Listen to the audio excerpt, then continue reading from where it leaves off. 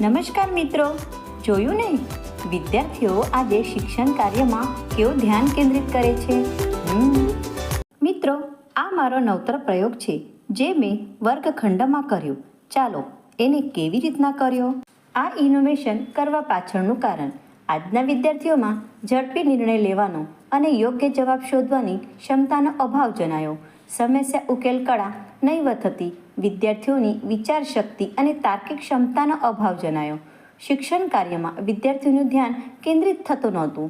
તેથી મારે આ સમસ્યા ઉકેલ કરવાની હતી. આ ઇનોવેશન મેં ધોરણ 7ના બાળકો પર અપ્લાય કર્યું.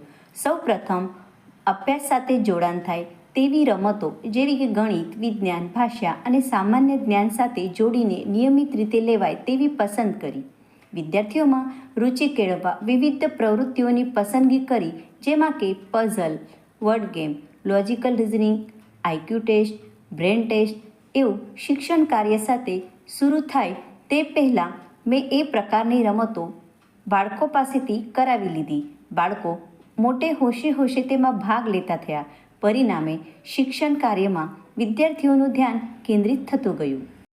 તાસ શરૂ થતાં પહેલાં મેં આવી રમતો વિદ્યાર્થીઓ પાસે જ્યારે રમાડતી તે કરીને વિદ્યાર્થીઓનો ચહેરા પર આનંદનો અનુભવ તો થતો જ, પણ તેની સાથે સાથે ઘણા બધા પરિણામો મને જોવા મળ્યા. જેવી રીતે વિદ્યાર્થીઓ વધુ સુચેત અને વિચારશીલ થયા.